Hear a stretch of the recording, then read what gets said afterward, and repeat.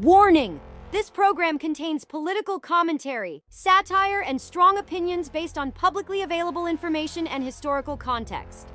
The views expressed by the host and panelists are their own and are intended to provoke thought, challenge narratives, and encourage independent analysis. Nothing you hear on this show should be taken as legal, medical, or financial advice. If you're looking for safe spaces, echo chambers, or government-approved talking points, this probably isn't the show for you. Every time the President of the United States steps onto a global stage, the same ritual begins. The media panics, the elites clutch pearls, Twitter melts down, and suddenly everything is framed as a crisis, a threat to democracy, or the end of the world as we know it. Today, President Trump walks into Davos, a room full of unelected power brokers, billionaires, technocrats, and global planners. And instead of bowing, apologizing, or playing along, he does what Trump does best.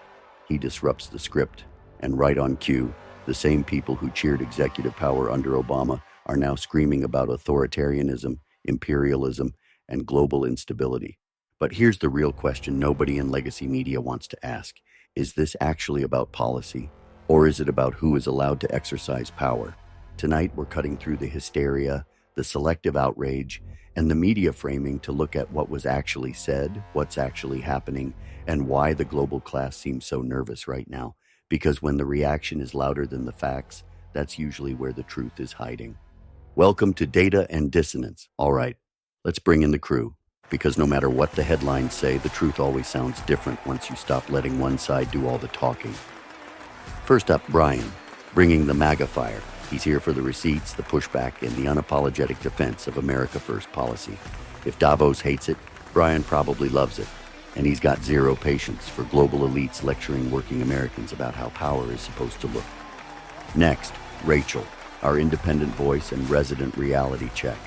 She cuts through spin on both sides, questions motivations instead of slogans, and asks the uncomfortable questions nobody in cable news wants answered. If something doesn't add up, she's the one pulling the thread. Then there's Daniel, connecting dots the media pretends don't exist. He's watching who benefits, who panics, and who suddenly starts screaming democracy the moment they lose control of the narrative. If there's a string behind the curtain, Daniel's already tugging on it. And rounding it out, Skylar, our never-Trumper and progressive challenger. She's here to argue the moral case, the institutional concerns, and the left's perspective on power, precedent, and global responsibility. You may not agree with her, but you'll understand the argument you're being told to believe. And I'm Artie, your host. I'm not here to sell outrage or comfort lies. I'm here to put facts next to reactions, policy next to precedent, and ask why the rules only seem to change depending on who's holding the pen. Let's start asking the questions they don't want answered. So let's set the table. Today, President Donald Trump steps onto the world stage at Davos, a room full of unelected global elites, financial institutions, and international power brokers. And within minutes, the headlines are screaming about authoritarianism, instability, and the collapse of global norms. But here's what keeps jumping out at me. We've seen executive power used on this scale before. We've seen presidents pressure allies, negotiate territory, flex economic leverage, and dictate terms on trade and defense. And when certain presidents did it, the media called it leadership. So Brian, let me start with you. What is it about this president doing very familiar things that suddenly has Davos acting like the fire alarm just went off? Because, Artie, the problem isn't the policy, it's the person. Davos doesn't care about norms. They care about control. They were perfectly fine when global institutions expanded power under Obama, when NATO pressure campaigns happened quietly, when economic leverage was used behind closed doors. Because those guys spoke their language, smiled for the cameras, and pretended the voters didn't matter. Trump walks in and says the quiet part out loud. He doesn't ask permission from people who were never elected, and he doesn't pretend the American worker exists just to bankroll global experiments. And that scares the hell out of them. Not because he's reckless, but because he's transparent. When Davos loses the ability to frame power as benevolent management, they panic. That's what you're seeing right now. Not a democracy crisis, but a relevance crisis. Yeah. It's funny how dangerous authoritarian always seems to translate to guy who didn't RSVP properly. Apparently, the real crime at Davos isn't overreach. It's bad manners and refusing to read from the approved cue cards. Rachel, let me bring you in. You're independent. You don't ride for Trump reflexively. So strip away the personalities. Are we actually seeing something unprecedented here? Or are we watching the media rebrand familiar executive power because they hate the messenger? What's striking to me isn't what Trump is doing, it's how selectively people remember history.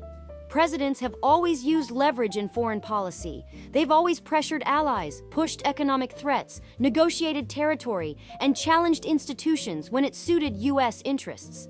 The difference now is visibility.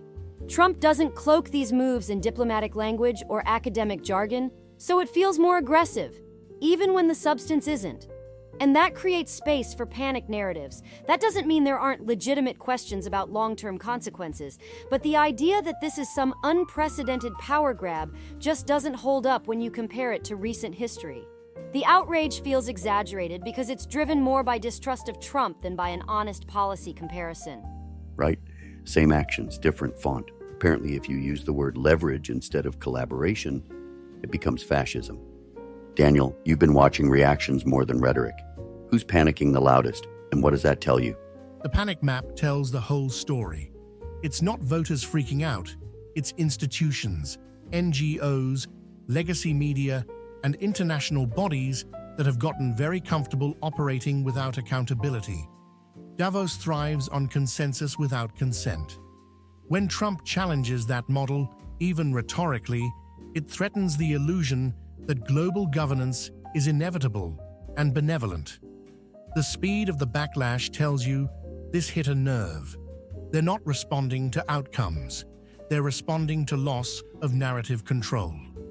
The minute people start comparing Trump's actions to previous administrations side by side, the moral high ground collapses. That's why they're rushing to define this as dangerous before anyone has time to actually analyze it. So in other words, when sunlight hits the process, the roaches scatter. Interesting how transparency suddenly becomes destabilizing. All right, Skylar, sir, you've been patient and this is your lane. From the progressive side, from the institutional concern side, why should people be worried about Trump on the world stage? What's the argument that doesn't rely on media panic? The concern isn't that executive power exists, it's how it's normalized and personalized. When a president openly challenges international norms or frames global relationships transactionally, it risks eroding trust that took decades to build. Even if similar tools were used before, the tone and unpredictability matter. Institutions rely on stability, and Trump's approach introduces uncertainty, not just for elites, but for smaller nations that depend on predictable frameworks. The worry from the left isn't just about Trump, it's about precedent. What happens when power becomes more openly unilateral and less constrained by international consensus? That doesn't automatically make Trump a dictator, but it does raise legitimate questions about long-term global cooperation and America's role within it. And that's a fair argument, if it's applied consistently. The problem is the same people warning about precedent today cheered executive power yesterday when it aligned with their values. That inconsistency is what breaks trust. Here's what this really comes down to. We're not watching a battle over democracy. We're watching a battle over who gets to define legitimacy. Davos doesn't fear power being used, it fears power being used without its permission. Trump didn't invent executive leverage, global pressure, or hardline negotiation. What he did was remove the velvet glove and expose how the system actually works. And once people start comparing reactions instead of headlines, the outrage narrative collapses under its own weight. You don't have to love Trump to notice the hypocrisy. You just have to be honest. And honesty, right now, is the most dangerous thing you can bring into a room full of people who depend on silence. So, while the media is busy hyperventilating over Davos, there's another pattern playing out back home, and it's one we've seen over and over again. The same outlets warning us about norms, precedent, and dangerous rhetoric suddenly seem to have amnesia about how power was exercised just a few years ago. This isn't about what's happening, it's about who's allowed to do it, and how aggressively the narrative gets enforced when the wrong person steps into office. Rachel, let me start with you on this one. As someone who doesn't automatically buy into either side's framing, how much of what we're seeing right now is real concern, and how much of it feels manufactured by media repetition? A lot of it feels performative. Media outrage today isn't driven by new facts. It's driven by recycled language. Words like authoritarian, norm-breaking, and threat to democracy get deployed before policies are even fully explained. What's missing is comparison. When similar actions were taken under previous administrations, coverage was contextualized, softened, or framed as necessary leadership. Now, there's no patience for nuance. That doesn't mean criticism isn't valid, but the speed and uniformity of the reaction suggests the narrative is being decided before the analysis happens. And when media stops asking questions and starts enforcing conclusions, trust erodes fast. Yeah, it's less journalism, more Mad Libs. Just fill in the blanks. Experts warn, critics say, sources familiar with the matter. Boom, democracy's dead again. Brian, let's turn up the heat. Why do you think the media reaction is so aggressive this time around? And why does it feel like they're trying to scare people into compliance? Because fear is the only card they have left. They can't argue results, so they argue intentions. They can't debate policy, so they scream about tone. And they know that if people start asking, wait, haven't we seen this before? The whole house of cards collapses. The media doesn't want an informed audience. It wants a conditioned one. One that reacts on cue, shares the headline, and never checks the timeline. The second people realize that executive authority didn't magically become evil in 2025, the narrative dies. So they go louder, darker, and more dramatic. It's not about warning the public, it's about controlling the reaction. Right? If you repeat crisis enough times, eventually people stop asking what the crisis actually is. Daniel, this feels like your wheelhouse. You track patterns. What does this level of coordinated messaging tell you about the institutions behind it?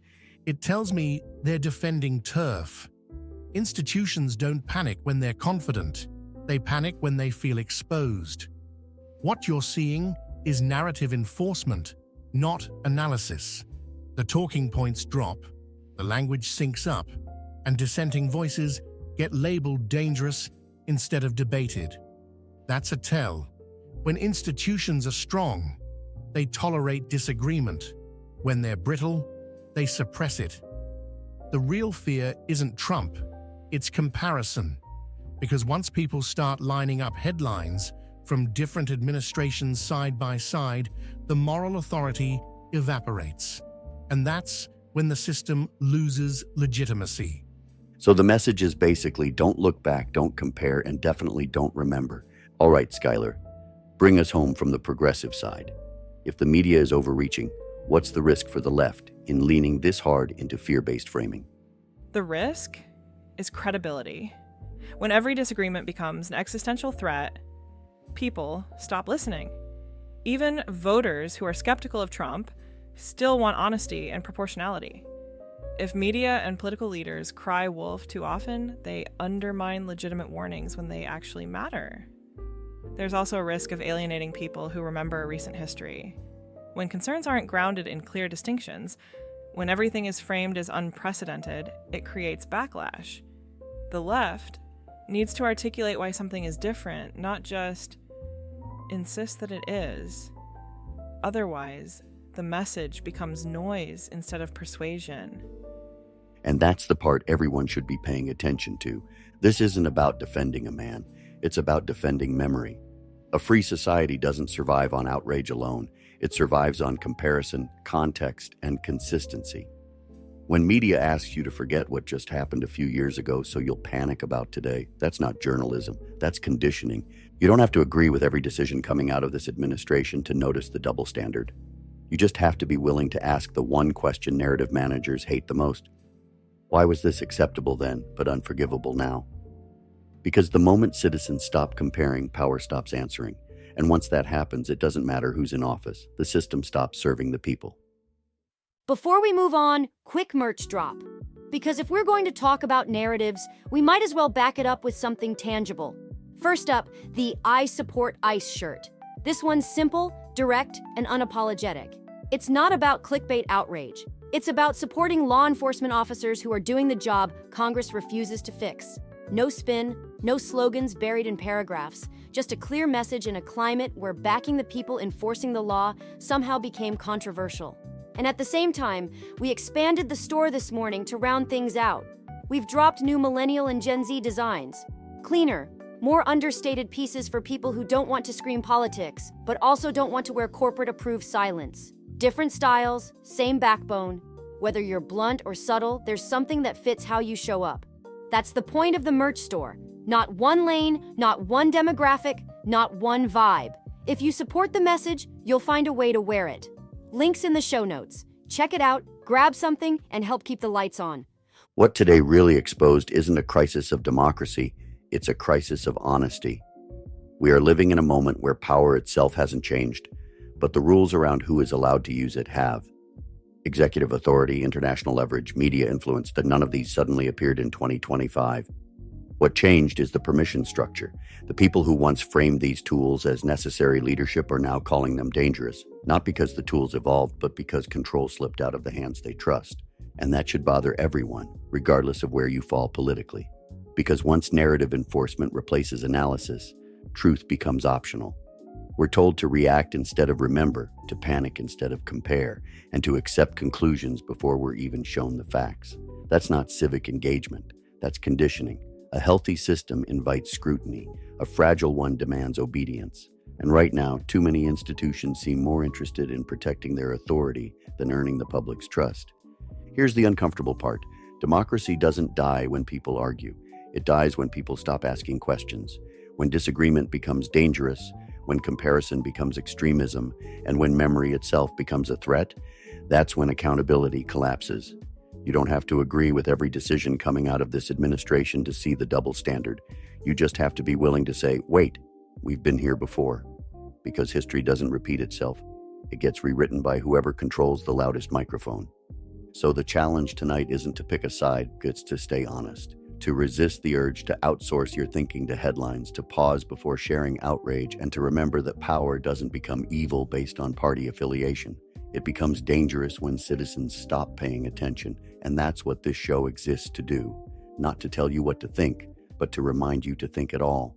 Remember to speak truth, stir thought. Tonight's episode is brought to you by the Caleb Rourke Thriller Series. Stories for people who don't trust easy answers or official narratives. The series begins with the Covenant Protocol, continues with the Prophet Directive, and culminates, for now, with Black Echo Rising, which has been out since Christmas. Each book dives deeper into intelligence warfare, institutional power, and the cost of truth in a world that profits from silence. If you like your thrillers grounded in realism, layered with political tension, and uncomfortably close to what you see playing out in real life, the Caleb Rourke Thriller Series is for you. All 3 books are available now on Amazon. Links are in the show notes. Read, question, think.